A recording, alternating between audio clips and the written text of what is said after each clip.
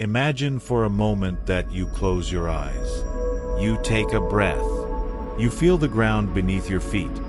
Solid, familiar, reassuring. The earth holds you gently, pulling you down with just enough force to keep you rooted, but never so much that you can't stand, can't walk, can't live. Now imagine something tears all of that away. Imagine the ground beneath you is no longer earth. Imagine you're standing, if standing is even the right word anymore, on a surface so extreme, so utterly alien, so catastrophically powerful that every single law of nature you have ever experienced in your entire life has been rewritten. Rewritten not slightly, not adjusted, shattered, rebuilt from scratch into something that the human mind, in its billions of years of evolutionary refinement, was never designed to comprehend, let alone survive. What if you stood on the surface of a neutron star? That question sounds simple. It sounds like the kind of thing a curious child might ask while staring up at the night sky, pointing at a distant dot of light and wondering what it would be like to touch it. But the answer, the real, scientifically grounded, deeply investigated answer, is one of the most terrifying, most awe-inspiring, most mind-bending journeys you will ever take without leaving your chair. Because what happens to a human body on the surface of a neutron star is not just death. Death is far too small a word. What happens is a complete and total unraveling of everything you are, everything you've ever been, at a level so fundamental that even the atoms that make up your body, the atoms that have traveled through stars and supernovae in billions of years of cosmic history just to assemble themselves into the shape of you, those atoms cease to exist as you know them. But here's the thing.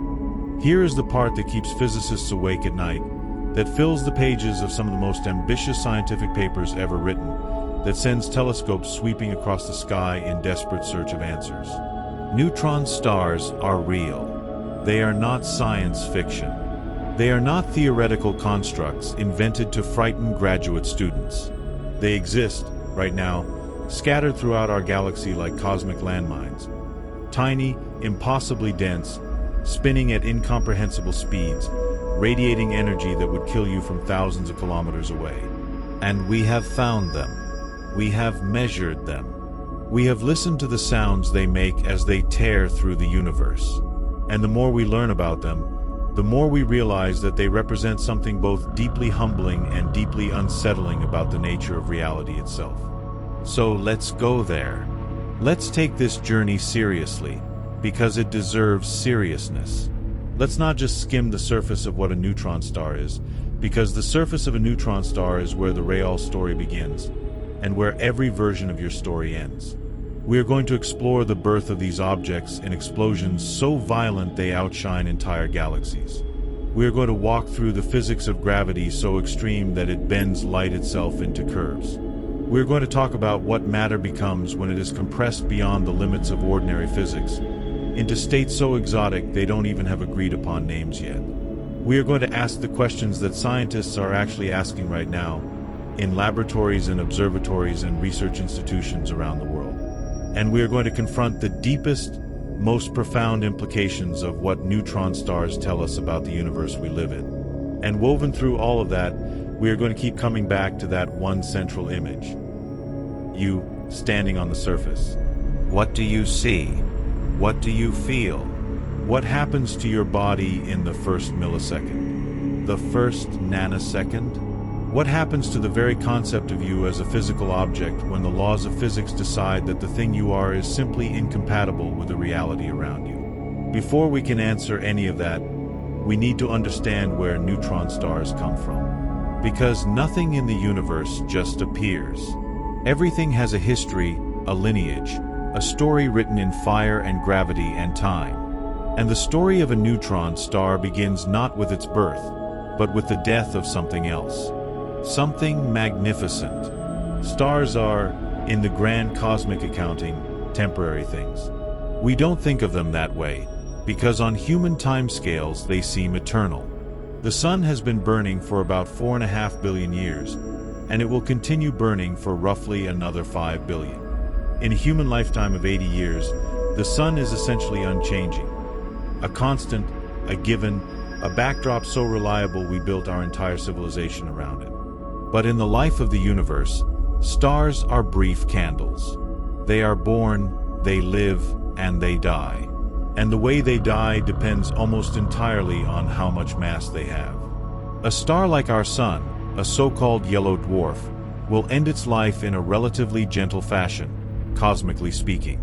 As it exhausts its hydrogen fuel, it will expand into a red giant, puffing up to swallow the inner planets, and then shed its outer layers in a beautiful glowing shell called a planetary nebula, leaving behind a hot, dense core called a white dwarf, roughly the size of Earth, slowly cooling over billions of years into darkness. It's a quiet ending, a dignified one, if stars can be said to have dignity. But for stars that are significantly more massive, say 8 times the mass of our Sun or more, the ending is anything but quiet.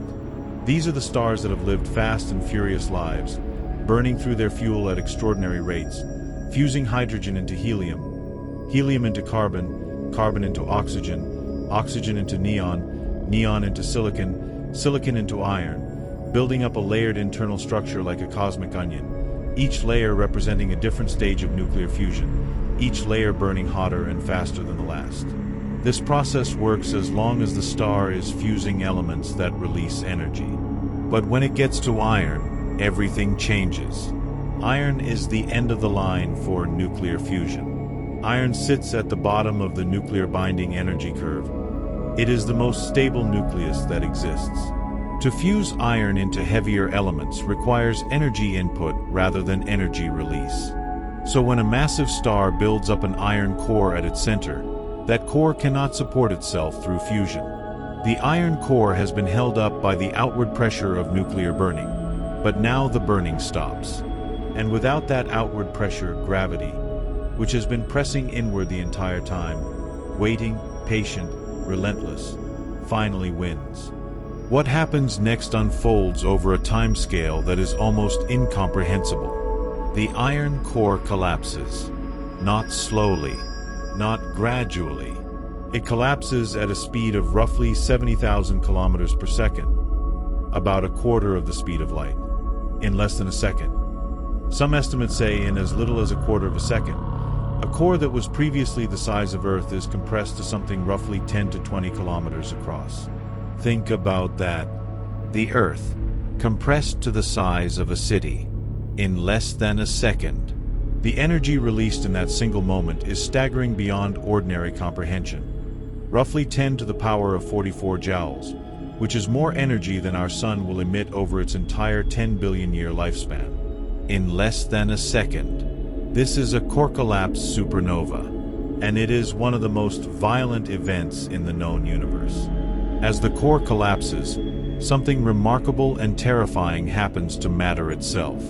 The electrons and protons in the iron nuclei are squeezed together with such force that they combine. Electrons and protons merging through a process called inverse beta decay to form neutrons and neutrinos. The neutrinos, which barely interact with anything under normal circumstances, are produced in such staggering numbers, roughly 10 to the power of 58 of them, that even their feeble interactions are enough to drive much of the stellar material outward in a shockwave of apocalyptic proportions. The outer layers of the star, billions of tons of hydrogen, helium, oxygen, and heavier elements, are blasted outward in an explosion so bright that for a brief time, a single supernova can outshine the entire galaxy it lives in, all 100 billion stars of it. And left behind, at the center of all this chaos, is what remains of that iron core, a sphere of neutrons, packed so tightly together that ordinary concepts of density become meaningless. This is the neutron star. A stellar remnant typically between 1.5 and 2 times the mass of our Sun, crammed into a sphere roughly 20 kilometers in diameter. The city-sized remnant of a star that was once larger than anything in our solar system. The numbers surrounding neutron stars read like errors in a calculation. Like someone made a mistake and forgot to carry a digit. But they are not errors. They have been confirmed by observation, by measurement, by the detection of gravitational waves, by the painstaking analysis of X-ray telescopes and radio telescopes and optical telescopes studying these objects across the electromagnetic spectrum. The numbers are real. And that's exactly what makes them so staggering. Let's talk about density, Because density is where the strangeness begins. A teaspoon, just one ordinary kitchen teaspoon, of neutron star material would weigh somewhere in the neighborhood of 10 million tons on Earth. Some estimates put it even higher, closer to 1 billion tons, depending on the density at that particular depth within the star. Let that sink in for a moment, and I mean really sit with it. 1 teaspoon. The kind of spoon you use to stir your coffee in the morning. If you somehow scooped up a teaspoon of neutron star material and brought it to Earth, it would immediately plunge through the ground like a bullet through tissue paper, through the crust, through the mantle, through the outer core, through the inner core, and out the other side, continuing to fall through whatever was beneath Earth in a straight line toward the center of mass. It wouldn't stop until it found a gravitational equilibrium somewhere deep inside our planet. And it would leave a trail of devastation in its wake that would dwarf any natural disaster in recorded human history. Ask yourself this right now. Have you ever held something so heavy it surprised you? A dumbbell, a rock, a bag of concrete? Can you actually imagine something the size of a sugar cube that weighs more than a mountain? Our brains are not built for this. This is one of those places where physics and human intuition simply stop speaking the same language. Now let's talk about gravity, because gravity is the god of this story. On Earth, gravity accelerates you downward at roughly 9.8 meters per second squared. On the surface of Jupiter, the largest planet in our solar system, it's about 24.8 meters per second squared. On the surface of the Sun, it's about 274 meters per second squared. These are large numbers compared to Earth, but they are still numbers that a human body could theoretically survive with sufficient technological assistance. The Sun's surface gravity is about 28 times Earth's. It would be lethal to a human, but it is a number that makes a certain kind of physical sense. On the surface of a neutron star, the surface gravity is approximately 200 billion times the surface gravity of Earth. 200 billion. That is not a typo. That is the number that physicists actually write in their papers. 200 billion times. The gravitational acceleration at the surface of a neutron star is around 2 times 10 to the power of 12 meters per second squared. If you fell from a height of 1 meter above the surface of a neutron star, the height of a countertop, the height your hand is when you rested on a desk, you would hit the surface at roughly 2 million kilometers per hour. Not miles per hour. Kilometers per hour. Faster than any spacecraft humanity has ever launched. Faster than most comets. In the time it takes for your eyes to register that you're falling, you would already be dead. But you wouldn't just be dead.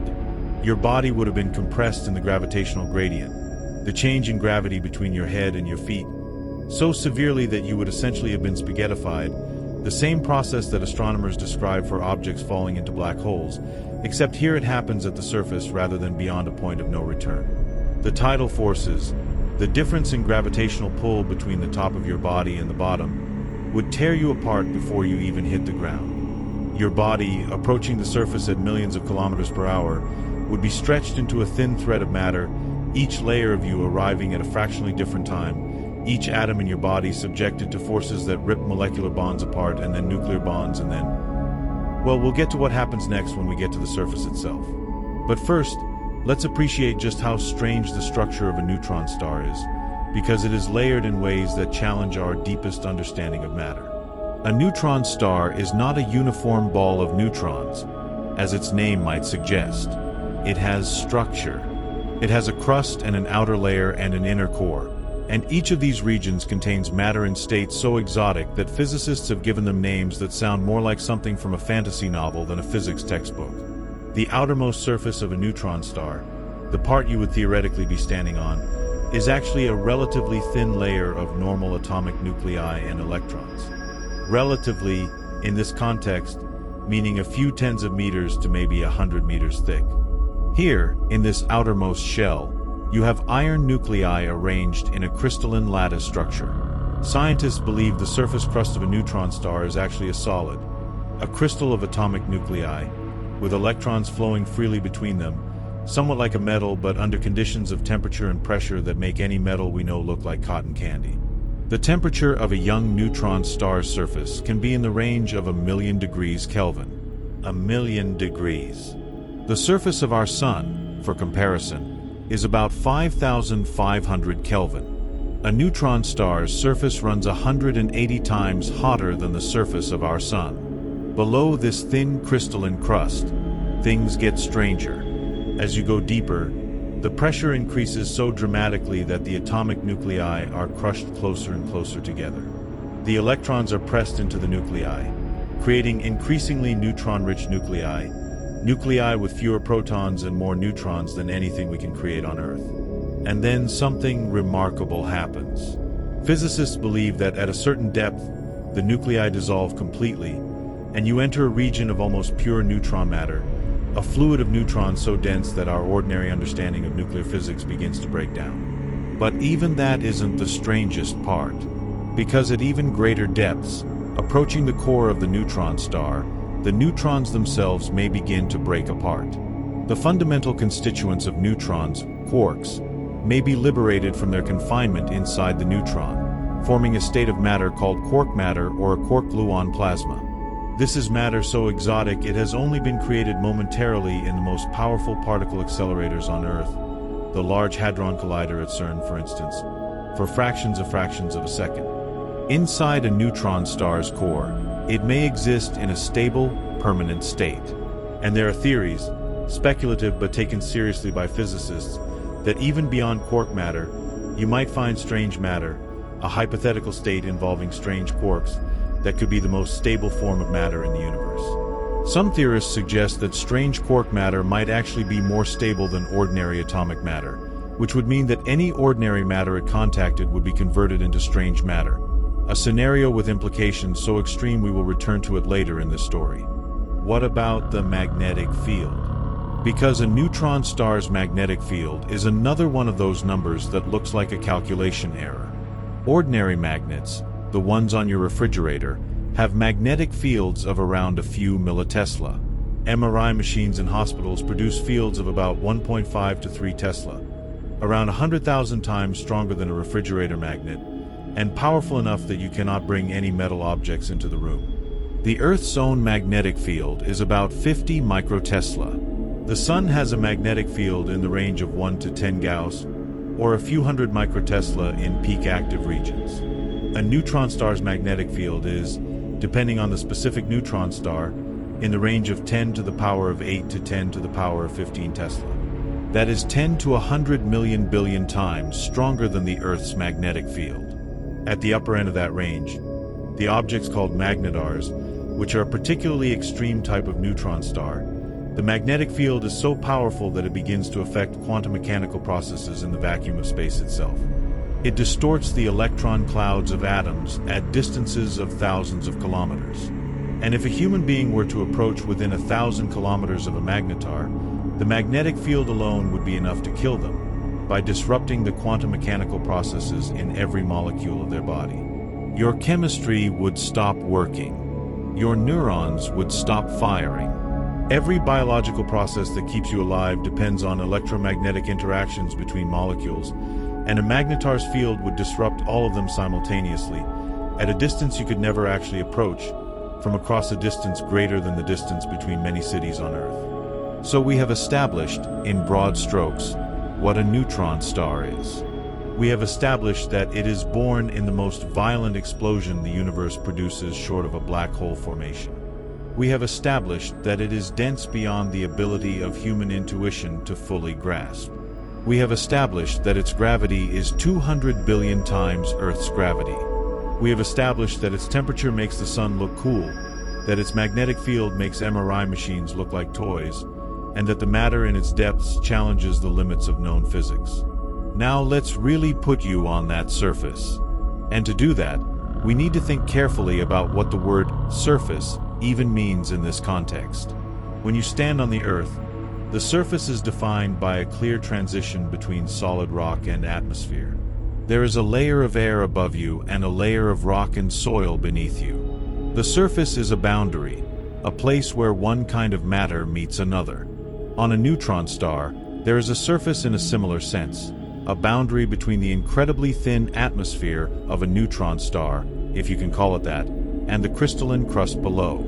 But everything about this surface is alien to the point of being hostile to the very concept of physical description. Let's think about the atmosphere first, because there is one, barely. A neutron star has an atmosphere that is estimated to be only a few centimeters thick. A few centimeters. Roughly the thickness of your finger from knuckle to knuckle. This ultra-thin envelope of plasma, mostly hydrogen and helium in a highly ionized state, sits above the crystalline crust, held in place by that crushing gravity.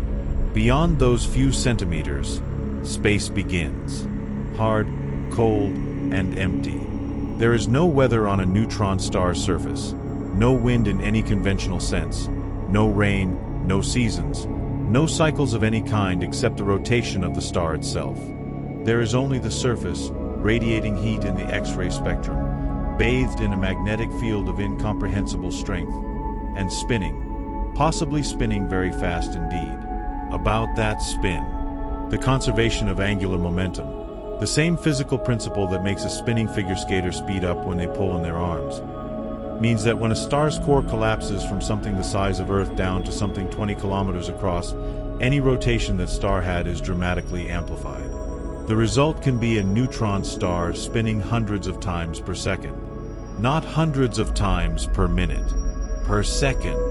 There is a type of neutron star called a pulsar, which is a neutron star that emits beams of electromagnetic radiation from its magnetic poles, and as the star spins, those beams sweep across space like the beam of a lighthouse.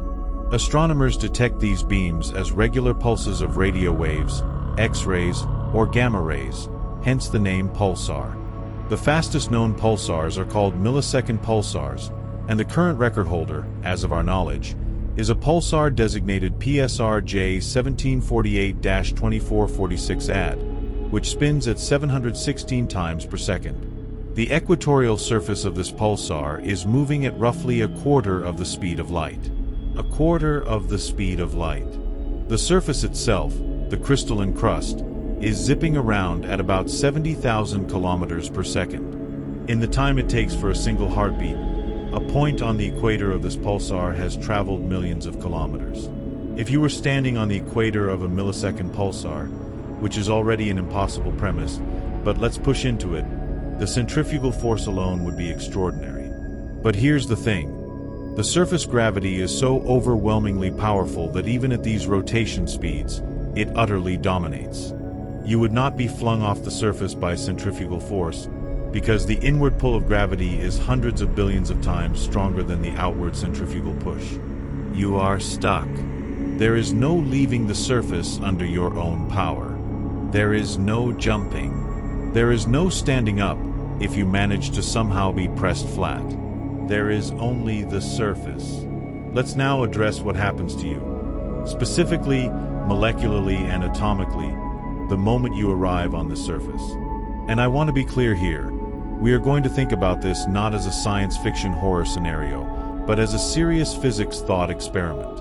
Physicists actually do engage with these kinds of questions, because understanding what matter does under extreme conditions is directly relevant to understanding neutron stars themselves, and because the limits of physical law are where the most profound scientific insights live. You need to approach the surface. Let's say you are in a magical, physics-defying spacecraft that can somehow get you close to the neutron star without being destroyed by the radiation, the magnetic field, the gravitational waves, or the tidal forces. You are descending toward the surface. What do you see? The neutron star would glow. Brilliantly, intensely, primarily in X-rays and gamma rays, with some optical light as well for younger stars. The surface would appear to glow with a blue-white light of unimaginable intensity. More intense than staring directly at the sun, more intense by orders of magnitude. Your eyes, assuming they were somehow working and protected from the radiation, would be overwhelmed. The surface would look smooth to the eye, because the incredibly powerful gravity prevents any significant surface features from forming. If there were a mountain on the surface of a neutron star, and by mountain, physicists mean a bump of material, calculations suggest it could be no taller than a few millimeters. maybe a centimeter at most. Any larger feature would be instantly crushed flat by the immense gravity. So the surface you would be looking at is essentially a perfect, glowing sphere, smooth to within millimeters, blazing with radiation hot enough to kill you from kilometers away. As you descend toward the surface, the gravitational blue shift would become relevant. Light emitted from the surface of a neutron star is gravitationally redshifted as it climbs out of the star's gravitational well. It loses energy, shifting to longer wavelengths. Conversely, light falling into the gravitational well would be blue shifted to higher energies. This means that even if the star were not itself radiating lethal doses of X-rays, any light that fell on you from the surrounding universe would be blue shifted into more energetic, more dangerous forms of radiation as you approach the surface. The universe around you would appear to be increasing in energy and intensity. Additionally, the gravitational lensing around the neutron star would distort your view of the surrounding sky dramatically. The gravity of the star bends light, so you would be able to see not just the hemisphere of the star in front of you, but potentially portions of the side of the star that should be behind it. Stars in the background would appear shifted from their true positions, clustered around the rim of the neutron star as their light is bent around it. And if the star were rotating rapidly, the frame-dragging effect, the way extremely massive, rapidly rotating objects drag the very fabric of space-time around with them, a phenomenon predicted by Einstein's general theory of relativity, would add additional visual distortions. You would essentially be looking at a universe that had been warped, twisted, and restructured by the most powerful gravitational field you could be in without actually being inside a black hole. Your descent. Assuming somehow your spacecraft manages to slow your approach and deliver you to the surface without smashing you in at a fraction of the speed of light, you make contact with a crystalline crust. Your feet touch the surface. What happens in that instant? First, the weight. Your weight on a neutron star would be roughly 200 billion times your weight on Earth. If you weigh 70 kilograms on Earth, about 154 pounds, on the surface of a neutron star, you would weigh approximately 14 trillion kilograms, or 14 billion metric tons. This is not a weight your body can support. Your bones would not just break, they would be instantaneously and completely compressed to a fraction of their size.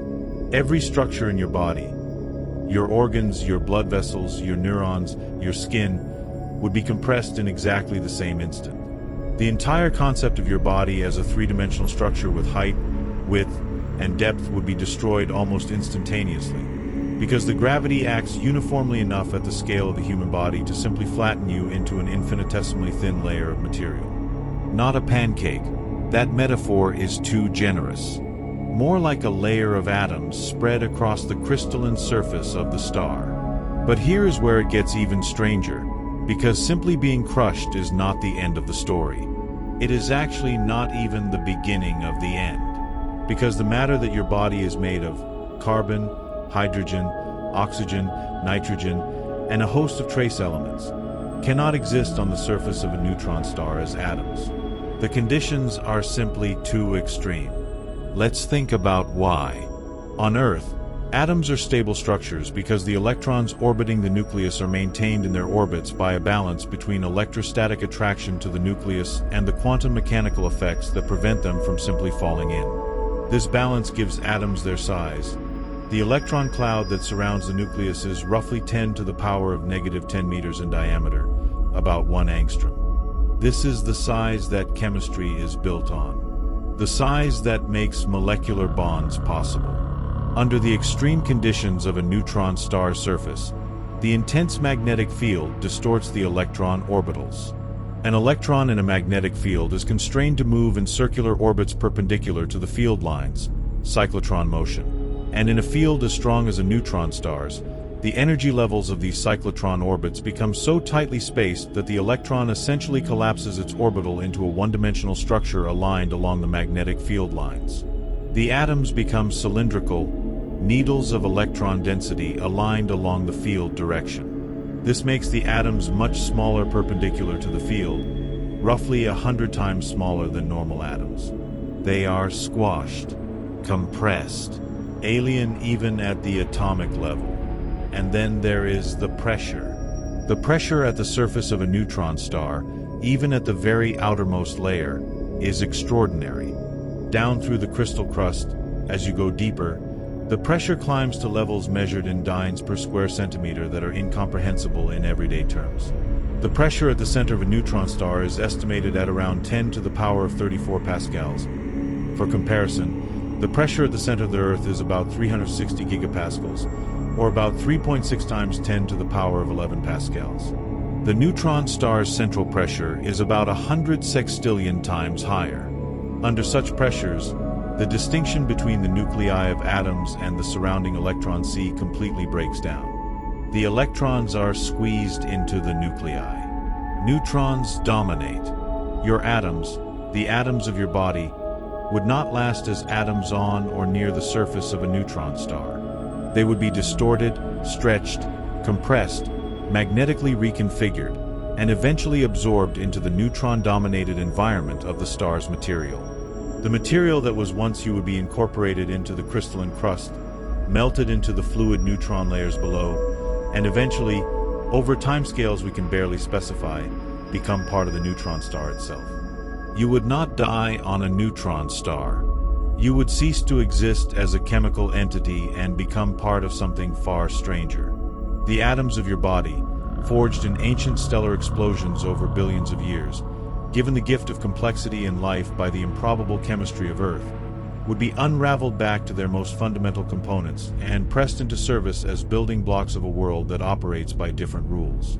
It is, in its own horrifying way, a kind of apotheosis, a return to the extreme, a dissolution into the physics of the extraordinary. But let's not just focus on the horror of the experience. Let's also ask, what would you know? What would you experience, however briefly, in the moments of approach? What would it actually be like to be the first observer, the impossible observer, to witness the surface of a neutron star from the vantage point of standing upon it? Let us engage in what physicists and science communicators sometimes call a thought experiment with teeth. A scenario that takes physics seriously while pushing it to its imaginative limits. Assume that you are in some kind of perfect observation pod. You cannot be harmed. You can observe without interacting. You are a ghost, in a sense, a consciousness without the liability of a human body. What do you see? The sky above you is unlike anything in human experience. The sky is not the pale blue of Earth, not the black of open space as seen from orbit. It is a sky that looks like the inside of an impossibly bright furnace, combined with a gravitational lens that has bent and warped the arrangement of every star in the universe into a new and distorted pattern. The background stars are not where they should be. They have been moved, shifted, compressed toward a ring around the edge of your visual field by the gravitational bending of light from the neutron star beneath your feet. In every direction you look, you see the universe as it normally appears, but warped, as if viewed through an incomprehensibly powerful fisheye lens. If you looked straight up, you would see a relatively undistorted view of the stars.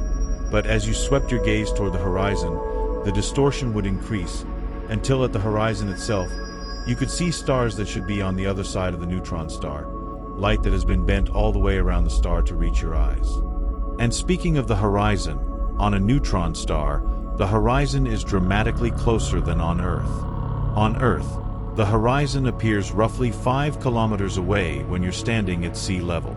On the surface of a neutron star, because the star is so much denser and smaller, but also because the gravity causes the curvature of space-time to bring the horizon closer, the horizon is only about a few hundred meters away. Maybe less, depending on the exact radius of the star and the relativistic geometry. You are standing on a world 10 kilometers in radius, but the curvature of that world, enhanced by the relativistic effects of such strong gravity, means that you cannot see more than a tiny fraction of its surface from any given point. The world curves away from you steeply in every direction. The surface itself, immediately beneath your ghostly feet, is a smooth, crystalline expanse. It glows, not with visible light primarily, though some X-ray light does fall in wavelength ranges that might translate to a deep blue-white glow to adapted eyes, but primarily in X-rays and ultraviolet, radiation that your human eyes would not normally detect, but that your ghostly observation pod can translate into something visually comprehensible. The surface is slightly luminous, giving off an eerie inner glow, like looking at the world through a sheet of lightly glowing porcelain. The temperature at the surface is around 1,000,000 Kelvin, and the black body radiation from a surface this hot is concentrated primarily in the extreme ultraviolet and soft X-ray range. There are no features, no craters of any significant depth, no mountains, no canyons. The gravity has smoothed everything to a perfection that makes the most perfect sphere humans have ever manufactured. The silicon spheres used in the redefinition of the kilogram look rough by comparison. Neutron stars are, in fact, among the most perfectly spherical objects in the known universe, with surface variations of less than a millimeter across a sphere 20 kilometers in diameter. The ratio of their smoothness to their size makes them far more perfectly spherical than any object humans have ever crafted. Now ask yourself this question. Seriously. You have stood on the Earth, which is 4 times 10 to the power of 22 times less dense than this surface. You have probably stood on a beach and felt the sand, or on a mountaintop and felt the rock. Every surface you have ever stood on has been primarily empty space, because atoms are mostly empty space, mostly the void between the nucleus and the electron cloud. But on the surface of a neutron star, the empty space is being squeezed out.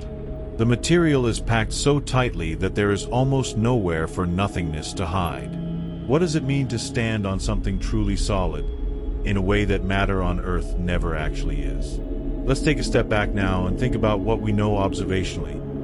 What astronomers and physicists have actually detected and measured about neutron stars, because this is where the story gets even richer. Because the theoretical picture we've been building is confirmed and enriched by real observations, by real data gathered by real instruments pointed at real objects in our real sky. The first pulsar was discovered on November 28, 1967, by Jocelyn Bell Burnell, then a graduate student at Cambridge University working under her supervisor Anthony Hewish. While analyzing data from a radio telescope she had helped build, Bell Burnell noticed a regular, repeating signal. Radio pulses arriving with extraordinary precision, once every 1.337 seconds. The regularity was so perfect that for a brief, extraordinary moment, the signal was half-seriously labeled LGM-1, for little green men, because no known natural process could produce something so precisely timed. Pulsars were initially thought by some to be a potential signal of extraterrestrial intelligence. But they weren't. They were something better. They were neutron stars, the universe producing precision clockwork on its own, through the violent aftermath of stellar death. The discovery of pulsars was one of the most significant astronomical discoveries of the 20th century, and it was awarded the Nobel Prize in Physics in 1974. Though controversially, the prize went to Hewish and radio astronomer Martin Ryle rather than to Bell Burnell herself, an exclusion that has been widely criticized in the scientific community and that Bell Burnell has addressed with remarkable grace and generosity throughout her career. Since that first discovery, thousands of pulsars have been cataloged. They have become some of the most precise natural clocks in the universe. The timing of millisecond pulsars is so regular, so stable over long periods, that they rival, and in some cases exceed, the precision of atomic clocks on Earth. Astronomers use arrays of millisecond pulsars, called pulsar timing arrays, to detect gravitational waves by looking for tiny systematic shifts in the arrival times of pulsar signals caused by gravitational wave backgrounds. This is an entirely different approach to gravitational wave detection than the laser interferometers of LIGO and Virgo, and it is sensitive to different frequencies of gravitational waves, particularly the low-frequency background produced by pairs of supermassive black holes in merging galaxies. In 2023, multiple pulsar timing array collaborations, including the North American Nanohertz Observatory for Gravitational Waves, NANOGRAV, the European Pulsar Timing Array, the Parkes Pulsar Timing Array in Australia, and the Chinese Pulsar Timing Array, all announced evidence for a gravitational wave background, a cosmic sea of low-frequency gravitational waves permeating the universe. The fact that pulsars, neutron stars, Are the instruments making this detection is itself a testament to the extraordinary precision these objects achieve through the sheer physics of their existence. Dead stars, spinning at hundreds of revolutions per second, serving as the most sensitive detectors of space-time ripples in human history. But pulsars are not the most extreme type of neutron star. That title belongs to the magnetar. Magnetars are neutron stars with magnetic fields at the very top of the range we discussed earlier, 10 to the power of 11 Tesla or more. The exact mechanism by which some neutron stars become magnetars and others don't is still being studied, but it is believed to relate to the conditions during the supernova collapse, specifically the rotation rate and turbulence in the collapsing core. Magnetars do not spin as fast as millisecond pulsars. In fact, their rotation is slowed by the intense interaction of their magnetic field with the surrounding environment, so they typically spin only a few times per second, or even once every several seconds. But what they lack in spin speed, they more than make up for in raw magnetic intensity. Magnetars produce what are called soft gamma repeaters and anomalous X-ray pulsars, dramatic names for objects that periodically release enormous bursts of energy in the form of X-rays and gamma rays. Some magnetar flares, the most powerful events, release more energy in a fraction of a second than our sun emits in 100,000 years. Let me repeat that. A fraction of a second.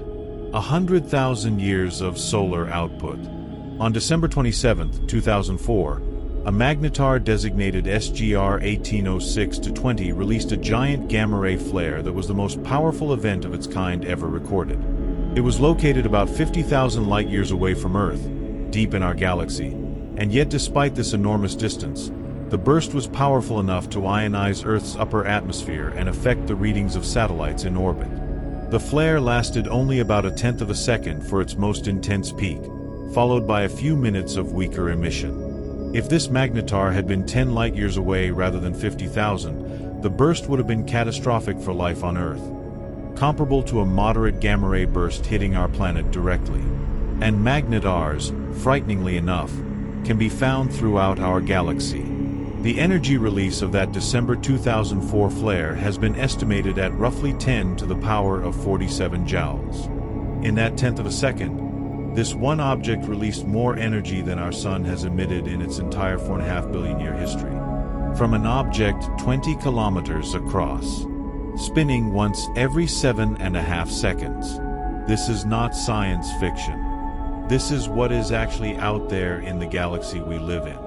Now, let's explore something that sits at the boundary between what we know and what we theorize, because this is where the story becomes most fascinating. What exactly is inside a neutron star? What is the state of matter at the very center? This is genuinely one of the open questions of contemporary physics. We cannot see inside a neutron star. We cannot send instruments into one. We cannot recreate the conditions in any terrestrial laboratory. What we have are theoretical models, equations of state for matter at extreme densities, and observational constraints for measurements of neutron star masses and radii. And what those models suggest is that the core of a neutron star contains matter in states that are completely beyond our experimental knowledge. The most conservative models suggest that the core contains pure neutron matter, an almost perfectly degenerate fluid of neutrons, with some protons and electrons to maintain charge neutrality. This neutron matter is supported against further gravitational collapse not by thermal pressure. Neutron stars are actually relatively cold by astrophysical standards, once they've cooled from their initial formation temperatures, but by neutron degeneracy pressure, a quantum mechanical effect arising from the Pauli exclusion principle, which states that no two fermions, particles with half-integer spin, like neutrons, can occupy the same quantum state simultaneously. This quantum pressure, the universe's refusal to allow two identical particles to be in the same place at the same time, is what holds the neutron star up. It is quantum mechanics on a stellar scale, a quantum mechanical effect so powerful it can support the weight of a solar mass of material. But more exotic models suggest that under the pressures at the centers of massive neutron stars, the neutrons themselves dissolve, and you get quark matter. In normal nuclear matter, quarks are confined within protons and neutrons. They cannot exist freely. This confinement is a fundamental feature of the strong nuclear force, the force that holds nuclei together. But theorists believe that at sufficiently high densities, the quarks can become deconfined, free to move independently of each other, forming a quark-gluon plasma or a more exotic state called color superconducting quark matter. Color superconductivity is analogous to regular electrical superconductivity. In electrical superconductors, electrons form pairs, Cooper pairs, that can flow without resistance. In color superconducting quark matter, quarks pair up in a similar way through the strong force, forming a state with remarkable and exotic properties. There are multiple proposed phases of color superconducting quark matter with names like two-flavor color superconductivity, 2SC, color flavor locking, CFL, and others. Some of these phases might carry currents of color charge indefinitely, like a superconductor carries electrical current. The physics is breathtaking and completely untested in any laboratory. And then there is the theory of strange quark matter, which deserves special attention because of its extraordinary implications. Strange quark matter consists of a roughly equal mix of up quarks, down quarks, and strange quarks, the three lightest types of quark. The hypothesis, first seriously proposed by physicist Edward Witten in 1984 and explored by many others since, is that strange quark matter might actually be the lowest energy state of matter, more stable, in a deep thermodynamic sense, than ordinary nuclear matter. If this hypothesis is correct, then ordinary atomic matter, every atom in your body, in every rock, in every planet, in every star, is actually in a metastable state. It exists because the energy barrier to converting ordinary matter into strange quark matter is high enough that the conversion doesn't happen spontaneously under normal conditions. But if you were to introduce a seed of strange quark matter, sometimes called a strangelet, into ordinary matter, it could potentially catalyze the conversion of that ordinary matter into strange quark matter. The ordinary matter would be converted, absorbing more ordinary matter, growing, converting more, in a chain reaction that, in principle, could convert an entire planet into a ball of strange quark matter. This scenario is called a strangelet disaster, and while it is considered highly speculative and most physicists believe the energy barriers and other considerations make it essentially impossible under any practical scenario, it has been seriously discussed in the literature, including in the safety assessments for the Large Hadron Collider. Some astrophysicists have proposed that certain neutron stars might actually be strange quark stars, objects made entirely of stable strange quark matter, not neutron matter at all. These would be smaller and denser than neutron stars made of ordinary nuclear matter, and they might look almost identical from the outside. Observations of neutron star masses and radii are gradually narrowing the range of possibilities, but the question of whether strange quark stars exist is still open. In 2017, this field was dramatically energized by an event that was, genuinely, one of the most significant astronomical discoveries in history. On August 17, 2017, the LIGO and Virgo gravitational wave detectors simultaneously detected a gravitational wave signal designated GW170817, generated by the merger of two neutron stars in a galaxy called NGC 4993, about 130 million light-years away. This was the first time gravitational waves from a neutron star merger had been detected. But that is only the beginning of why this event was historic. Within seconds of the gravitational wave detection, the Fermi Gamma Ray Space Telescope and the Integral Satellite detected a short gamma ray burst from the same location. This confirmed a decades-old theoretical prediction that short gamma ray bursts, powerful but brief flashes of gamma radiation seen from across the universe, are produced by merging neutron stars. The electromagnetic signal was then followed up by dozens of observatories across the world and in space, tracking the afterglow of the merger across X-ray, ultraviolet, optical, infrared, and radio wavelengths. What they found was a kilonova, an explosion powered by the radioactive decay of heavy elements created in the merger. And this is where the story connects to something intensely personal. The gold on your finger, if you are wearing a ring. The platinum, if it's a platinum ring. The uranium in the Earth's crust. The iodine in your thyroid gland.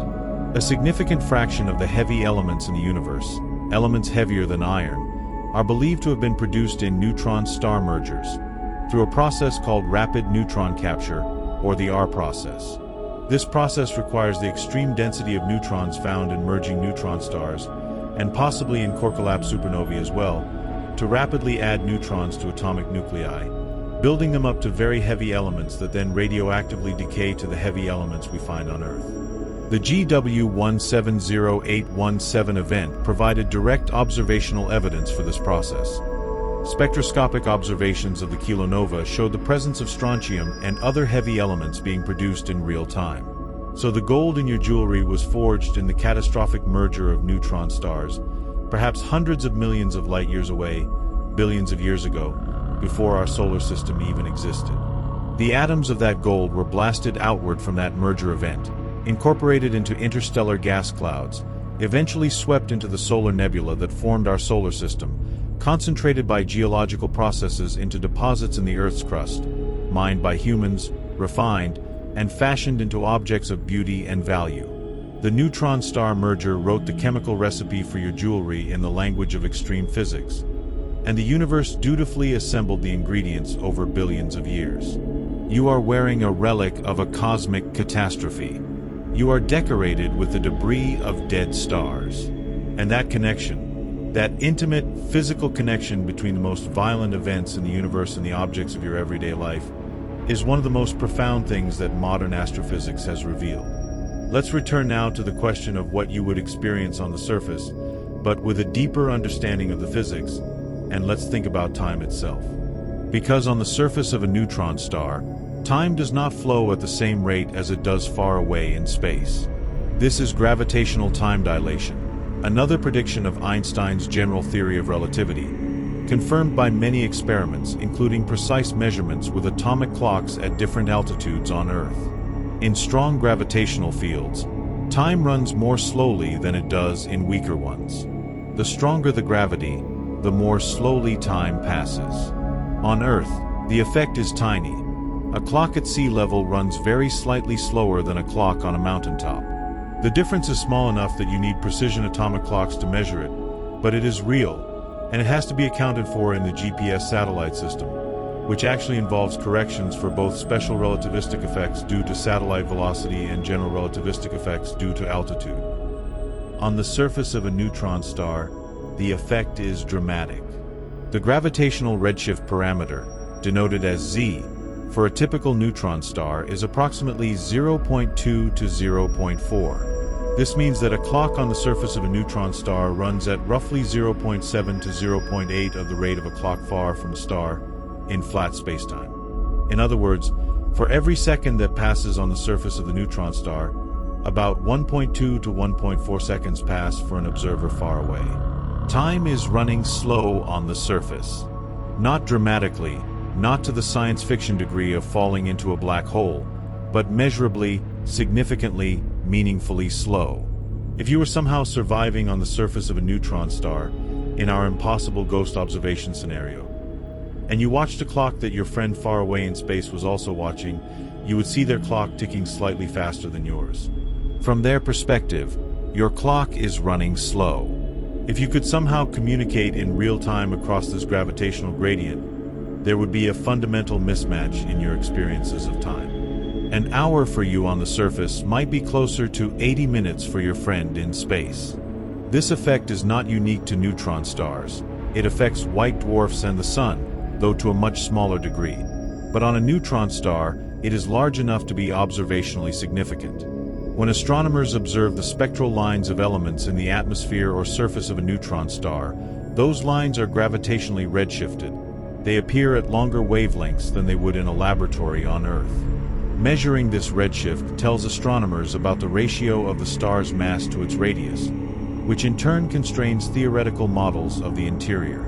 This is an active area of research. X-ray observatories like NASA's RXTE, Rossi X-ray Timing Explorer, and more recently NICER, Neutron Star Interior Composition Explorer, which is mounted on the International Space Station, have been making increasingly precise measurements of neutron star radii by studying X-ray pulsations and thermonuclear bursts on their surfaces. NICER has produced estimates of neutron star radii for several objects, helping to narrow down the equation of state of dense matter. The results, as of the most recent published work, suggest radii of roughly 12 to 13 kilometers for a typical 1.4 solar mass neutron star, important constraints that rule out some of the more extreme theoretical possibilities. Speaking of thermonuclear bursts, this is another extraordinary phenomenon that plays out on neutron star surfaces, and it is worth understanding both because it is spectacular and because it tells us things about the physics of extreme matter. Many neutron stars are found in binary systems, orbiting a companion star. When the companion star expands or loses mass in some way, gas can be transferred onto the neutron star's surface through a process called accretion. This material, mostly hydrogen and helium from the companion's outer layers, falls onto the neutron star's surface at speeds of up to half the speed of light. The energy released in this process makes accreting neutron stars among the brightest objects in the X-ray sky. But the accumulated material also builds up on the surface, and eventually, after enough material has piled up, the temperature and pressure at the base of this accumulated layer become sufficient to ignite thermonuclear fusion. What happens next is a runaway thermonuclear reaction, a type 1 X-ray burst, that typically lasts a few seconds to minutes, during which the neutron star's X-ray luminosity spikes by a factor of 10 to 100 or more above the base level. These bursts are so bright they can be detected by X-ray telescopes, even from neutron stars hundreds or thousands of light-years away. Some of these bursts are extreme enough to momentarily exceed the Eddington luminosity, the maximum luminosity at which radiation pressure can support material against gravitational infall. When a burst exceeds the Eddington limit, the radiation pressure lifts the surface layers off the neutron star. The surface layers of accumulated material actually expand outward, puffing up into a temporary expanded photosphere, before settling back down as the burst fades. This process, called photospheric radius expansion, is actually used by astronomers as a standard candle. Because the Eddington luminosity depends on the neutron star's mass in a known way, measuring the peak flux of these bursts can give information about the star's distance and mass. So the neutron star surface is not a passive thing. It is a site of violent thermonuclear activity, of material raining down at half the speed of light, of X-ray bursts that outshine entire galaxies for brief moments, of magnetic interactions and plasma physics of extraordinary complexity. The surface is alive with violence, even as the star itself is, in a sense, dead, a remnant, a corpse of a once-burning star. And yet, and this is worth dwelling on, the neutron star also represents a kind of persistence, a stubbornness of matter against dissolution.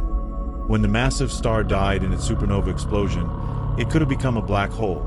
If its core had been massive enough, the collapse would have continued past the neutron star stage, past the point where degeneracy pressure could halt it, into the formation of a singularity. But something about the mass and conditions of the core was just right, just barely on the right side of the line, for the collapse to halt.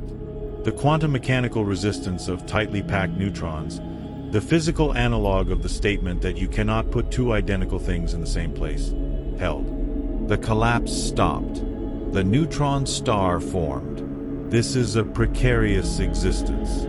The boundary between a neutron star and a black hole is not dramatically wide. The maximum mass that a neutron star can support, the Tolman-Oppenheimer-Fokoff limit, calculated in 1939 by Robert Oppenheimer, George Fokoff, and Richard Tolman, is somewhere between about 2 and 3 solar masses, depending on the equation of state of dense matter. The exact value depends on physics we don't yet fully understand. We have observed neutron stars with masses up to about 2 solar masses with high confidence. The pulsars J1614-2230 and J0740 plus 6620 both have precisely measured masses of about 2 solar masses, and the question of how much further they can go before collapsing to black holes remains one of the exciting open questions in astrophysics. When 2 neutron stars merge, as happened in the GW 170817 event, the result depends on the total mass of the merged object. If the total mass is below the maximum mass for a neutron star, the merger product might survive as a very rapidly spinning neutron star, hypermassive or supermassive, spinning so fast that centrifugal support adds to the equation. If the total mass exceeds what a neutron star can support, the merger product collapses to a black hole, possibly with a brief neutron star phase in between. The GW170817 event is believed to have produced a collapse to a black hole, though the intermediate neutron star phase, if it occurred, might have lasted only a fraction of a second. The detection of these merger events through gravitational waves opens an entirely new window on neutron star physics. The gravitational wave signal itself carries information about the internal structure of the neutron stars, specifically through a parameter called the tidal deformability, a measure of how much a neutron star is distorted from a sphere by the gravitational field of its companion as the two approach merger. The more compact and incompressible the neutron star, the less it deforms, and the different its gravitational wave signal. Measurements of tidal deformability from GW170817 placed important constraints on the equation of state and suggested radii in the range of 11 to 14 kilometers for typical neutron stars. There is a question I want you to ask yourself right now, because I think it matters for how you hold this story in your mind. When you think about the most extreme objects in the universe, black holes, neutron stars, magnetars, do you think of them as distant abstractions, curiosities of no personal relevance? Or do you think of them as part of the same story you are part of? Because here is the thing. The neutrons in your atomic nuclei, the quantum mechanical rules that govern your chemistry, the heavy elements in your body, all of these connect you, physically and materially, to the physics of neutron stars. You are made of the outputs of the most violent processes in the universe. The iron in your blood was forged in a dying star.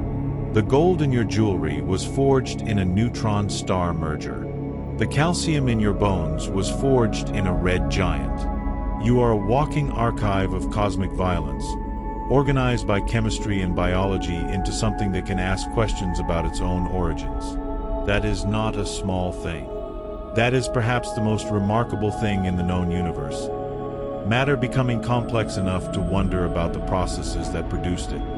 Let's now talk about something that is often overlooked in popular discussions of neutron stars: sound. What would sound be like on a neutron star? This is not as idle a question as it might seem, because sound tells us something about the mechanical properties of matter, and the mechanical properties of neutron star matter are extraordinary. Sound is a pressure wave, a disturbance in a medium that propagates by compressing and rarefying the material. The speed of sound in a medium is related to the material's bulk modulus, how resistant it is to compression, and its density. In air at sea level, sound travels at about 340 meters per second. In water, about 1,500 meters per second. In steel, about 6,000 meters per second. These speeds reflect the increasing stiffness of the medium. In neutron star matter, the speed of sound is extraordinary. In the outer crust, the crystalline layer, the speed of sound is already much faster than in any terrestrial material. But deeper in the star, in the fluid neutron matter, and especially in any quark matter in the core, the speed of sound is believed to approach, and possibly exceed, a significant fraction of the speed of light. In ordinary materials, the speed of sound is always much less than the speed of light, even in the stiffest materials we know. But in dense nuclear and quark matter, the theoretical model suggests speeds of sound approaching the limits set by special relativity, which constrains the maximum speed of sound in any medium to the speed of light divided by the square root of 3, about 0.577 times the speed of light.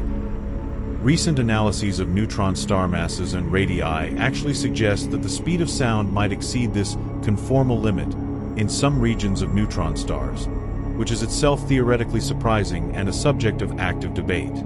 Of course, you cannot hear sound on a neutron star in any conventional sense, for several reasons. First, you cannot survive on the surface.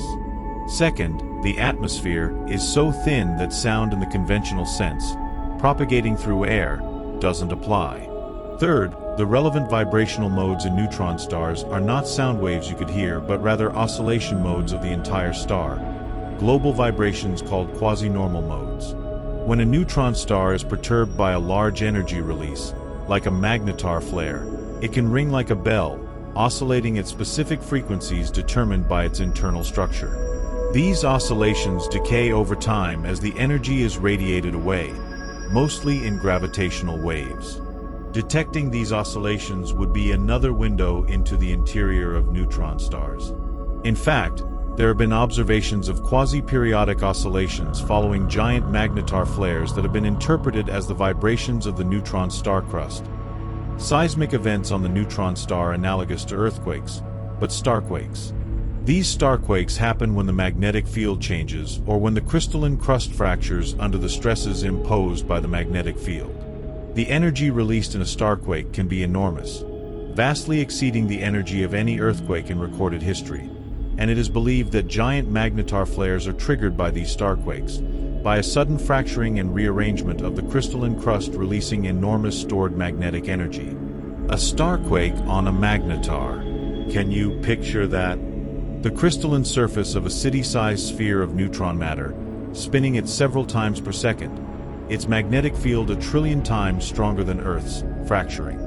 Cracking. The release of energy in that fracture greater than the sun will produce in hundreds of thousands of years. And then the star rings, oscillating at frequencies we might, with the right instruments, detect from across the galaxy. The universe is not silent.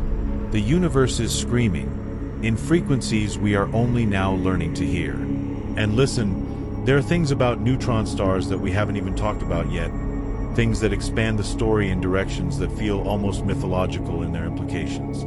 Let me tell you about pulsar planets. Yes. Planets orbiting neutron stars. The first exoplanets ever confirmed orbiting another star. Not just the first outside our solar system, but the first ever confirmed beyond the sun, were not orbiting a normal star. They were orbiting a pulsar.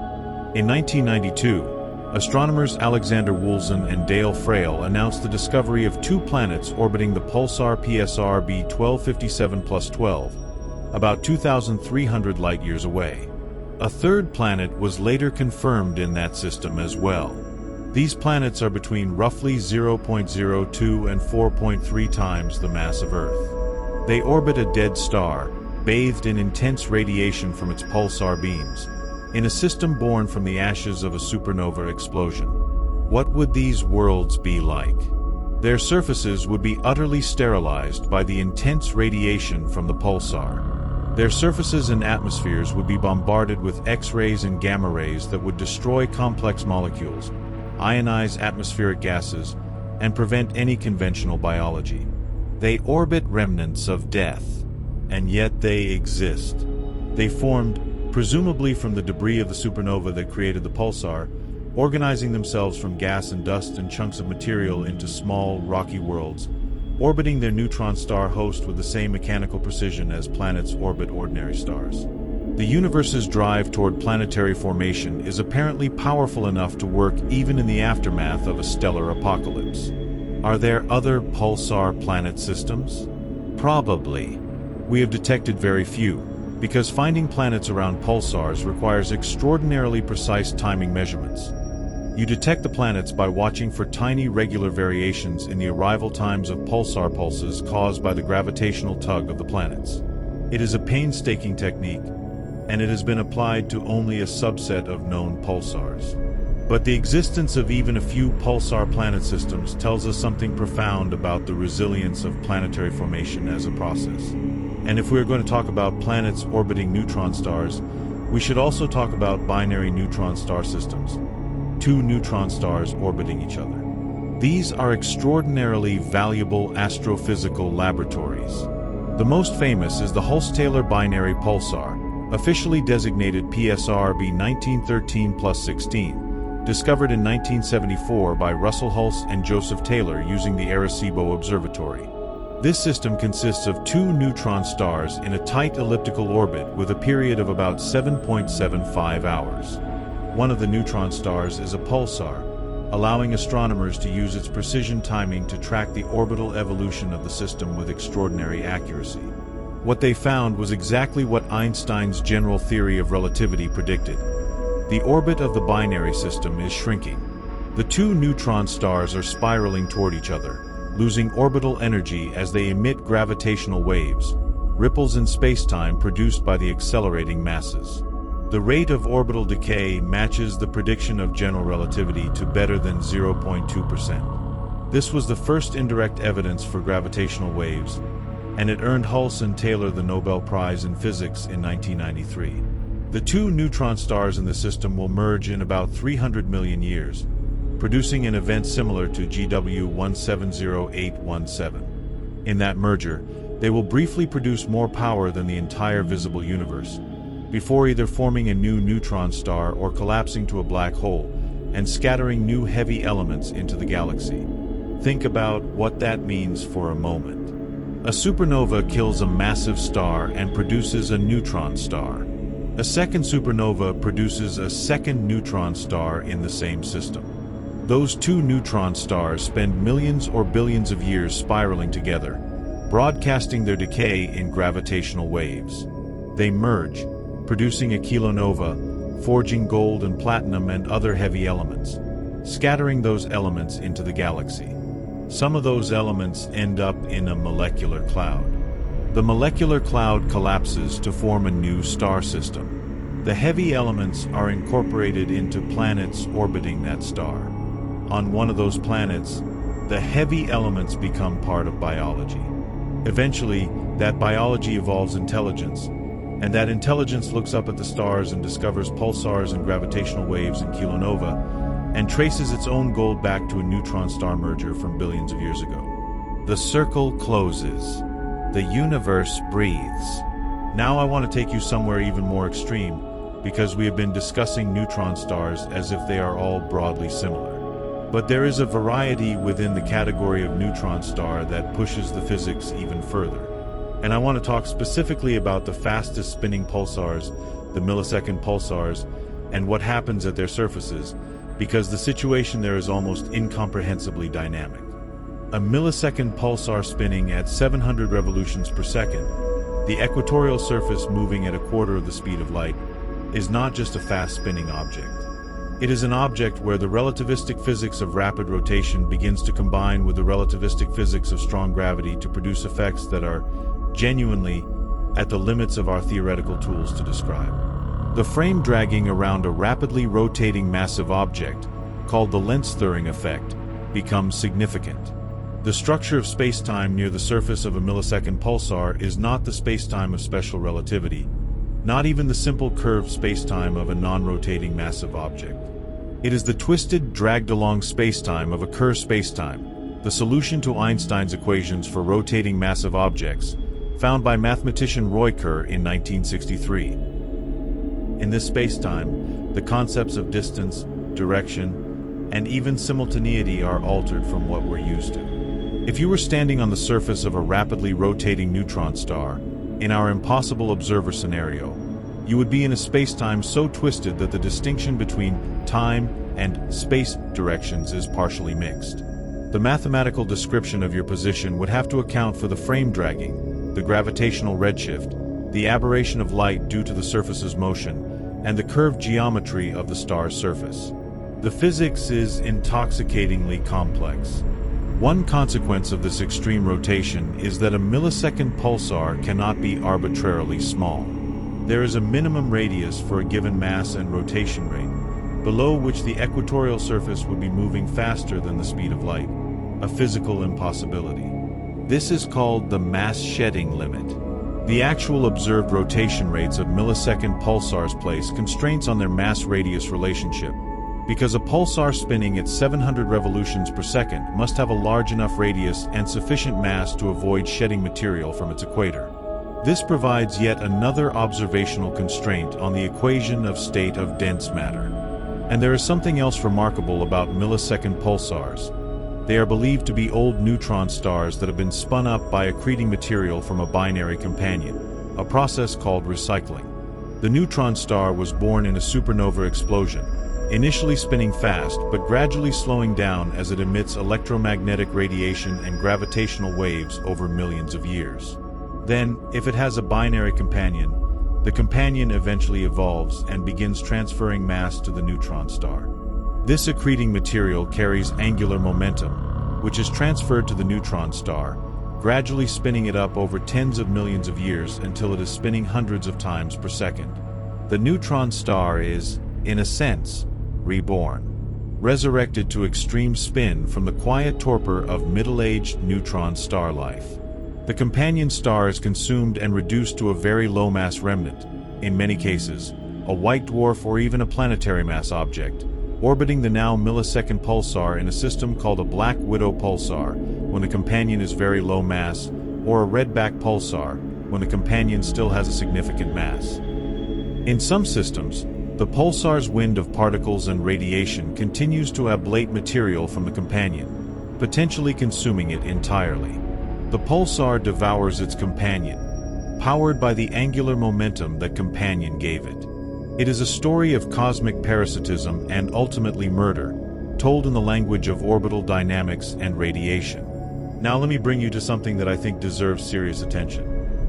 What does it actually mean for human civilization and for human consciousness to have discovered and measured neutron stars? What is the philosophical and cultural significance of these objects? There is a tendency in popular science to present extreme astronomical objects as curiosities, amazing facts to be shared at dinner parties, material for awe but not necessarily for deeper reflection. But I think neutron stars demand a deeper response. They represent something fundamental about the nature of physical reality. Consider, every physical intuition you have, every sense of what matter is and how it behaves, is based on your experience with matter under conditions that are, cosmically speaking, extraordinarily mild. The atoms in your hand interact with each other under conditions of temperature and pressure that are close to the gentlest, most dilute end of the spectrum that exists in the universe. You have no intuitive feeling for what matter does at nuclear densities, because no matter you have ever encountered has been anywhere near nuclear densities. And yet, somewhere in our galaxy right now, there are city-sized spheres of matter so dense that the atoms themselves have been abolished, where quantum mechanics and general relativity wage an ongoing negotiation over the structure of reality, where conditions exist that have no analog in any human experience. Neutron stars are not curiosities. They are windows. They are the universe showing us that the physical laws we have discovered, quantum mechanics, special and general relativity, nuclear physics, all operate simultaneously in extreme combination, producing phenomena of stunning complexity and beauty. They are proof that nature is more inventive, more extreme, more strange than our intuitions would suggest. And they are close. SGR 1806-20, the magnetar that released the extraordinary flare of December 2004, is 50,000 light-years away, on the other side of our galaxy. But there are neutron stars much closer. The closest known neutron star, called RxJ 1856.5-3754, is about 400 light-years away, practically next door on cosmic scales. It is close enough that if its magnetic field were a magnetar's field, it could affect Earth. It is not a magnetar. Its field is much weaker, but its existence at that distance is a reminder that these extreme objects share our galaxy with us. They are neighbors, if extraordinarily dangerous ones. Magnetar SGR 1935+2154 flared in April and May of 2020, producing a radio burst that was detected by multiple radio telescopes. This burst is significant because it may represent a connection between magnetars and fast radio bursts, FRBs, some of the most puzzling and intriguing phenomena in observational astronomy. Fast radio bursts are extremely brief, millisecond duration, extremely powerful pulses of radio waves that have been detected from sources spread across the universe, at cosmological distances of billions of light-years. Their origin was hotly debated for years after their discovery. The 2020 detection of a magnetar producing an FRB-like radio burst provided strong evidence that at least some FRBs are produced by magnetars, presumably in other galaxies. The mystery of fast radio bursts, one of the most exciting puzzles in contemporary astrophysics, connects directly to the physics of neutron stars and magnetars. This is the nature of neutron stars. Every time we look more carefully, they surprise us. They reveal new phenomena, new connections, new puzzles. They have gone from theoretical curiosity to Nobel Prize-winning discovery to gravitational wave source to FRB origin candidate in just a few decades of intensive study. And we are barely at the beginning of understanding them. The NICER mission, mounted on the International Space Station since 2017, has been providing increasingly precise measurements of neutron star radii and surface structures. It has mapped the hotspots on the surface of millisecond pulsars, the regions where the pulsar beams originate, where radiation heats the surface to temperatures higher than the surrounding crust. These maps are themselves remarkable. They show that the hotspots are not simple circles but complex, extended regions, and that the two magnetic poles of the pulsar are not simply opposite each other but offset in complicated ways that suggest the magnetic field geometry inside the star is far from a simple dipole. The interior of the neutron star has a magnetic field structure that we cannot yet fully model. What does the future hold for neutron star science? It holds a great deal. The next generation of gravitational wave detectors, LIGO and Virgo, are undergoing upgrades, and planned future detectors like the Einstein telescope in Europe and Cosmic Explorer in the United States would be vastly more sensitive, will detect many more neutron star mergers, building up a statistical sample that will sharply constrain the equation of state of dense matter. We may also detect gravitational waves from individual spinning neutron stars, continuous gravitational waves from neutron stars with tiny deformations, mountain-like bumps of millimeter scale, that radiate gravitational waves constantly as they spin. These signals are very weak and have not yet been definitively detected, but the improved sensitivity of future detectors may reveal them. New X-ray observatories in planning stages, like the European Space Agency's Athena mission, will study neutron stars in unprecedented detail, mapping their surfaces, measuring their thermal emission, and characterizing the bursts and flares they produce. Radio telescope arrays like the Square Kilometre Array, currently being built in South Africa and Australia, will discover thousands of new pulsars and provide timing measurements of precision previously impossible, further advancing pulsar timing array gravitational wave detection and giving us new insights into neutron star populations throughout the galaxy. And theoretical advances will continue. The combination of observational constraints from gravitational wave detections, X-ray measurements, and radio timing with a rapidly advancing theoretical physics of dense matter, including insights from nuclear physics experiments, quantum chromodynamics calculations, and condensed matter physics, will gradually close in on the truth of what lies inside neutron stars. This is one of the grand challenges of contemporary physics, sitting at the intersection of the four fundamental forces and requiring tools from every branch of the field. Let me now take you back to the surface one more time, because I want to explore something we haven't yet considered. What it might mean for a civilization, a hypothetical, impossibly advanced civilization, to attempt to use a neutron star. Not just to study it from a safe distance, but to engage with it, to harness it. This is speculative, I want to be clear. This is science fiction thinking informed by real physics, but it is the kind of speculation that physicists and futurists have seriously entertained. The rotation of a neutron star represents an enormous reservoir of kinetic energy. A millisecond pulsar has rotational kinetic energy of roughly 10 to the power of 45 ergs, roughly comparable to the energy the sun emits in a year.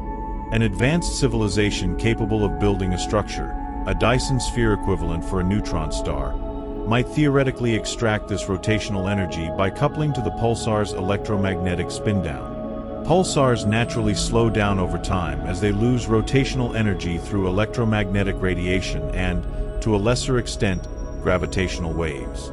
A civilization that could interact with a pulsar's magnetic field might be able to accelerate this process, extracting energy at rates that dwarf any conventional energy source we can imagine. The magnetic field of a neutron star is itself a store of enormous energy. The magnetic energy density at the surface of a magnetar is roughly 10 to the power of 33 ergs per cubic centimeter. For comparison, the energy density of TNT explosive is about 3 times 10 to the power of 10 ergs per cubic centimeter. The magnetic field alone represents an energy reservoir that, if it could be tapped, would power entire civilizations for geological timescales. These ideas are not practical for any foreseeable human technology. They require engineering on scales and at energy levels that are so far beyond current capability as to be fantastical. But they represent the kind of thinking that physicists and futurists engage in when they consider the ultimate horizons of what is physically possible, as opposed to merely technologically possible today. Neutron stars represent concentrations of energy and mass that are, from a Dyson civilization perspective, assets of extraordinary value. Whether any intelligence in the universe has ever interacted with a neutron star in any meaningful way is a question we have absolutely no way to answer, but it is a question worth asking. There is another speculative idea I want to explore before we bring this journey toward its close, and it concerns the nature of time on the deepest level. We have talked about gravitational time dilation on a neutron star surface, the fact that time runs about 20% slower on the surface than far away. But I want to push the thought experiment further. What if, rather than standing on the surface, you could somehow orbit within the neutron star's gravitational field, at different distances from the center, and observe how your experience of time changed? As you moved deeper into the star, deeper toward the core, the gravitational potential would deepen, and time dilation would increase. Closer to the center, time would run even slower relative to the outside universe. In principle, if you could orbit very close to a neutron star in a circular orbit just above its surface, and if that orbit happened to be at the innermost stable circular orbit, the ISCO, a concept more associated with black holes but applicable in modified form near neutron stars, you would experience maximal time dilation while still being in a stable orbit. For a neutron star, the ISCO is outside the star's surface. You would need to be floating in empty space above the surface to reach it. For a black hole, the ISCO is outside the event horizon. In both cases, an object in a tight orbit around a maximally compact object experiences significant time dilation relative to the faraway universe. For a neutron star, this effect is significant but not dramatic. An orbiting clock would run maybe 15 to 20% slower than one far away. For a black hole, the effect can be arbitrarily large as you approach the event horizon. But what I find haunting about this thought experiment is not the mathematics. It is the image. An observer hovering above the surface of a neutron star, watching the universe outside spin by faster than it should, time dilated by the density of dead matter beneath their feet. Stars being born and dying in what, from outside, is normal time, but from inside the gravitational embrace of the neutron star, seems accelerated. The life of the universe slightly compressed, slightly hastened, by the weight of a dead star pressing on time itself.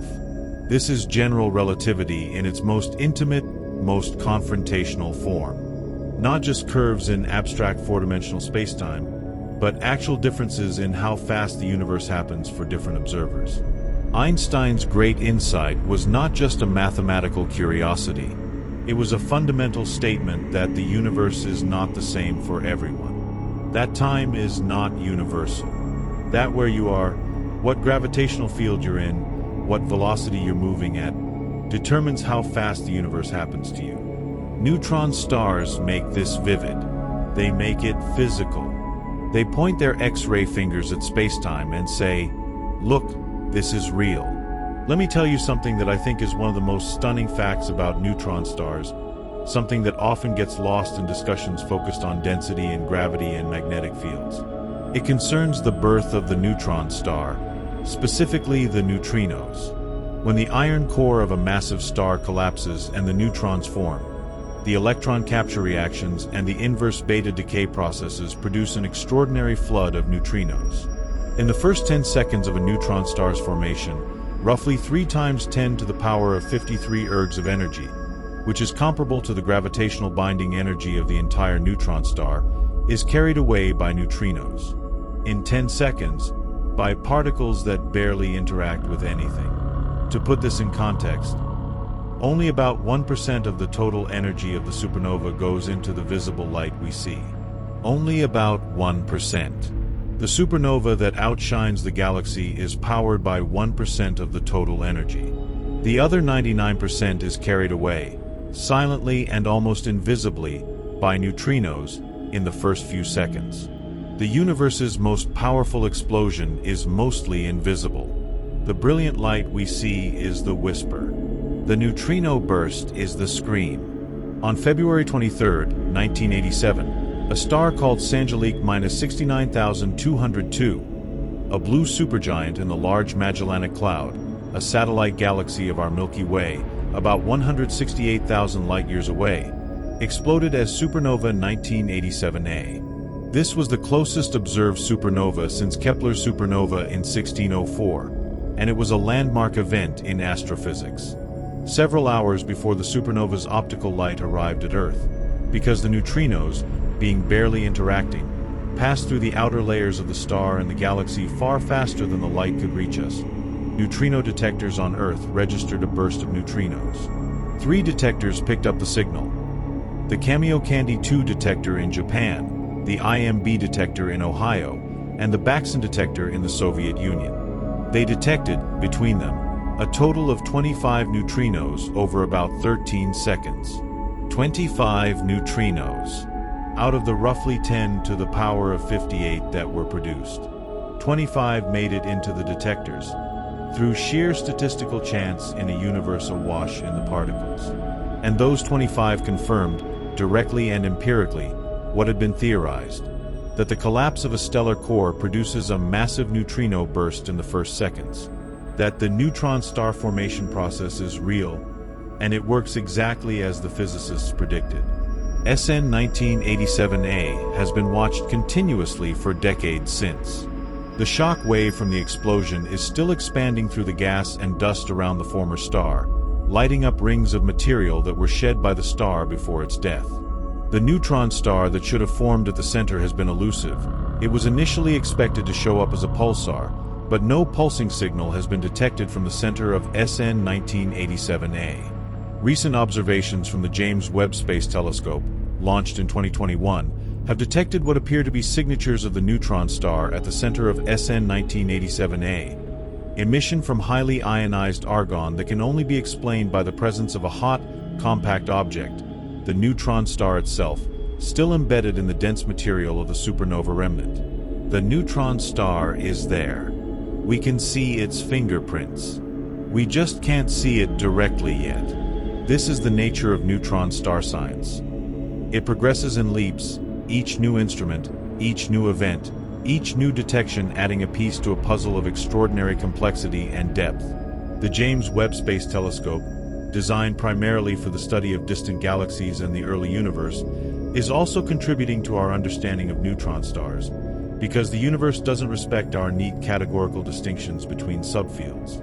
Let me bring you to one more perspective on the neutron star surface, and it is perhaps the most intimate one. The perspective of time. Not time dilation this time, but the long arc of time, the life cycle of a neutron star from its violent birth to its eventual cold end. A neutron star is born at temperatures of trillions of Kelvin. Temperatures so high that the neutron matter is actually initially liquid, fluid, and the neutrino cooling in the first seconds and minutes rapidly drops the temperature.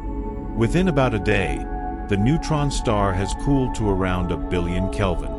Over the next several decades, it cools to hundreds of millions of Kelvin, and over thousands of years, to millions of Kelvin. The surface temperature of a neutron star visible in X-rays today, 10 million years old or older, is around 1 million Kelvin.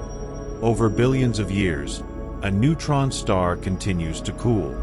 It slows its spin, radiating away its rotational energy through electromagnetic emission. Its magnetic field gradually decays, though on timescales of millions to billions of years.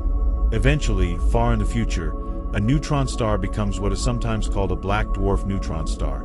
A cold, dark, slowly spinning object, its magnetic field weakened to a whisper, no longer emitting as a pulsar or as an X-ray source, drifting through the galaxy as a dark, invisible relic. An object the mass of a star, the size of a city, cold and quiet in the dark. This end state is far in the future for most neutron stars. The universe is only 14 billion years old, and even the oldest neutron stars are still warm by the standards of what they will eventually become. But it represents the ultimate fate of these extraordinary objects. From the most violent creation in the universe, through a life of extreme emission and dramatic activity, to a quiet and cold retirement in the depths of interstellar space. And yet, even in this cold, dark end state, the neutron star is still extraordinary. It is still city-sized and solar-massed. Still composed of matter so dense that our concepts fail. Still a perfect sphere, smoother than anything humans have ever made. Still spinning, however slowly.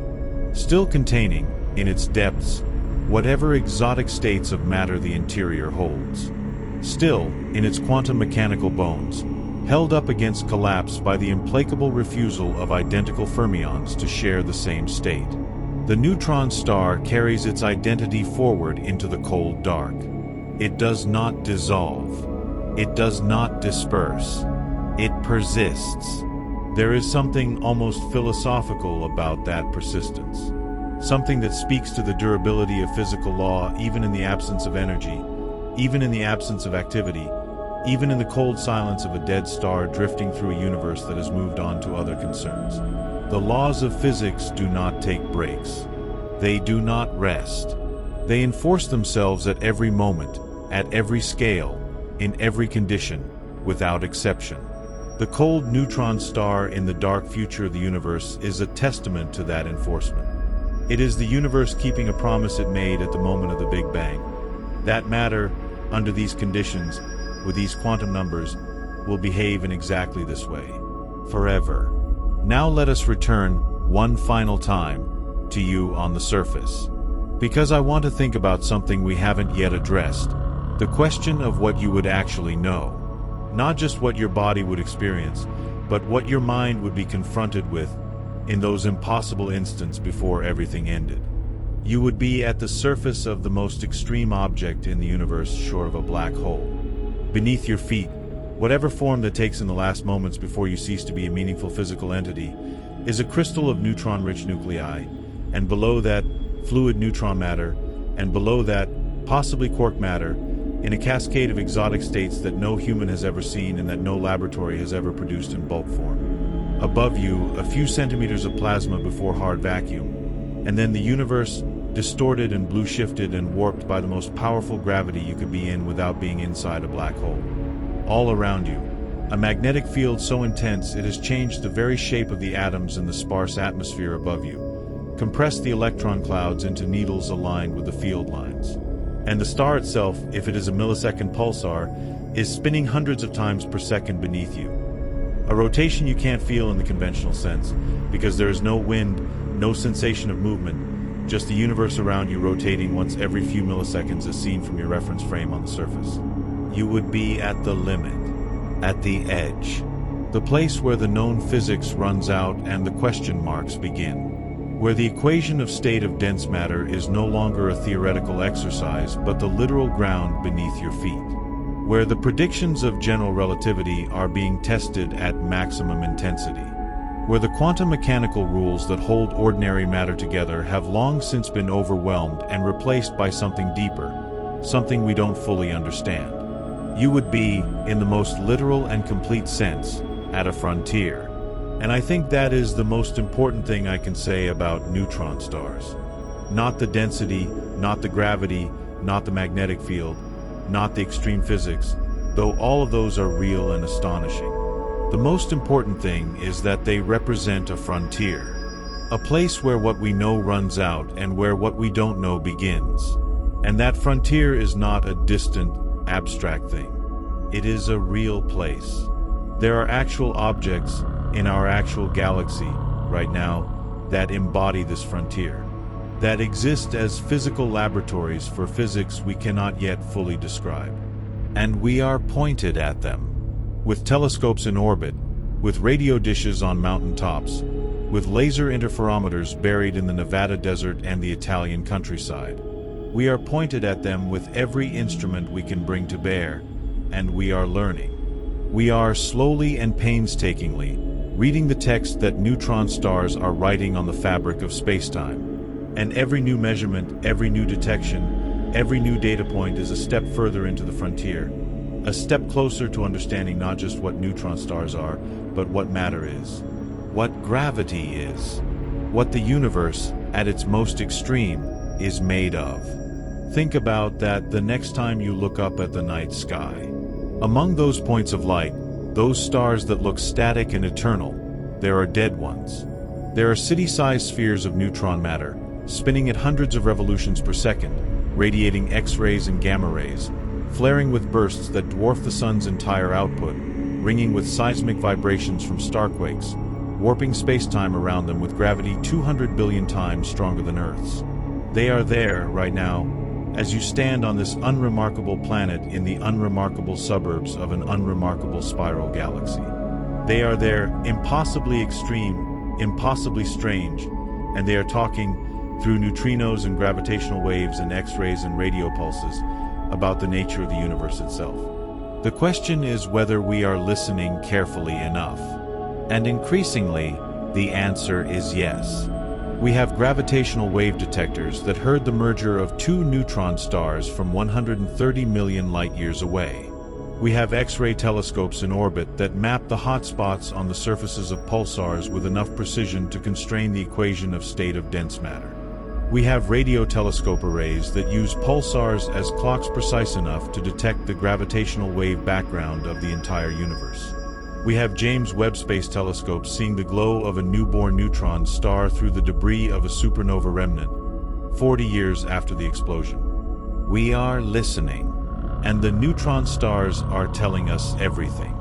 They are telling us about the nature of matter at its most extreme, about the behavior of gravity in its most powerful expression, about the production of the heavy elements that make our world, about the emission of gravitational waves, about the origins of gamma-ray bursts, about fast radio bursts from across the universe, about the equation of state of dense matter, about the limits of quantum mechanical degeneracy pressure, about the possible existence of quark matter and strange matter and states of physical reality we have not yet conceived. They are telling us, in the language of physics and radiation and gravity, the deep secrets of the universe.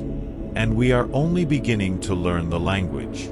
Before I leave you, I want to give you something to carry with you from this journey. Something that I think is not just scientifically true, but emotionally and philosophically true. When we ask the question, what if you stood on the surface of a neutron star? The honest answer is, of course, that you couldn't. That the question, taken literally, leads immediately to the dissolution of everything you are at the most fundamental physical level. That the surface of a neutron star is not a place for human bodies, or human chemistry, or human biology, or human experience in any conventional sense. But in a deeper sense, in the sense that matters most, you have already stood on the surface of a neutron star. Not with your feet, but with your atoms.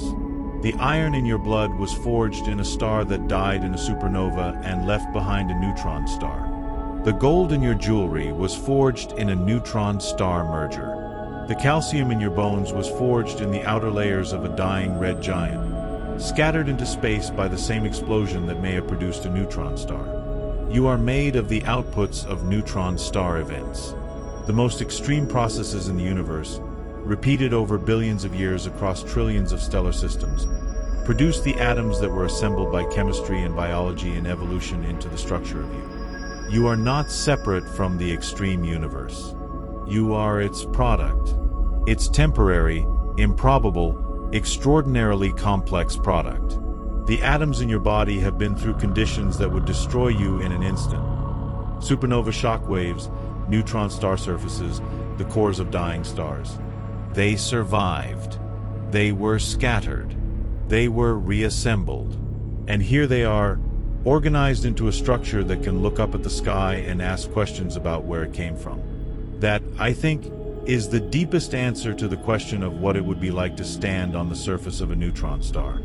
It would be to return to the conditions that made you, to step back into the forge, to give back to the universe the organized complexity that the universe spent billions of years building, in exchange for the raw material of future stars and future planets and future chemistry and future biology and future intelligence. The neutron star would not destroy you in any absolute sense. It would disassemble you, and the atoms would go on. They always do. The universe has been running this experiment for 13.5 billion years, assembling matter into complexity, dissolving it, reassembling it, over and over, in an endless cycle of creation and destruction driven by gravity and nuclear physics and quantum mechanics. Neutron stars are not the endpoint of this cycle. They are one of its most dramatic passages. A crucible of extreme physics that produces new elements, scatters new materials, seeds new molecular clouds, enables new stars and planets and eventually new biology.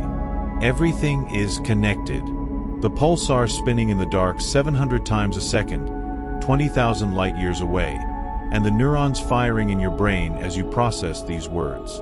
The magnetic field of the magnetar 50,000 light-years away, and the electromagnetic interactions between the molecules in your cells. The neutron star merger 130 million years ago that forged the gold in someone's ring and the iron in someone's blood. It is all one story. It is all connected.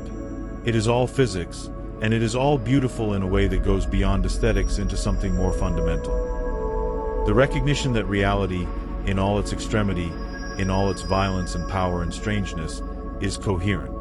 It follows rules. It can be understood. Not yet completely, not even close to completely, but in principle and gradually in practice. The universe is not opaque to inquiry. It responds. It shows us its face, one observation at a time. Neutron stars are among the most extreme faces the universe shows us. They push physics to its limits. They challenge our theories. They confound our intuitions. They kill us instantly in thought experiments. And they are made of the same physics, the same fundamental rules that make you possible. Stand in the dark tonight, if you can. Find a moment away from city lights and look up. The points of light you see are stars, most of them still burning, still fusing, still alive in the stellar sense. But some of what you see in the Milky Way is the glow of regions where neutron stars lurk, where pulsars spin and magnetars flare and the extreme universe goes about its quiet, violent business. The galaxy is not just beautiful. It is extreme. It is dangerous. It is alive with physics that would destroy you in microseconds. And yet, it made you. From that extremity came your atoms. From those violent deaths came the material of your life. The neutron star is not alien to you. It is your ancestor, your forge, your most distant, most violent, most incomprehensible family. The next time you hold something made of gold, close your fingers around it for a moment. Feel the weight. Feel the warmth. This material was born in an event more violent than anything in human history or imagination. Two neutron stars, each the compressed remnant of a massive star's death, spiraling together over hundreds of millions of years, finally colliding in a moment of unimaginable energy, creating this element in the nucleosynthesis of the kilonova, scattering it into space, letting it drift and cool and eventually, impossibly, end up here in your hand.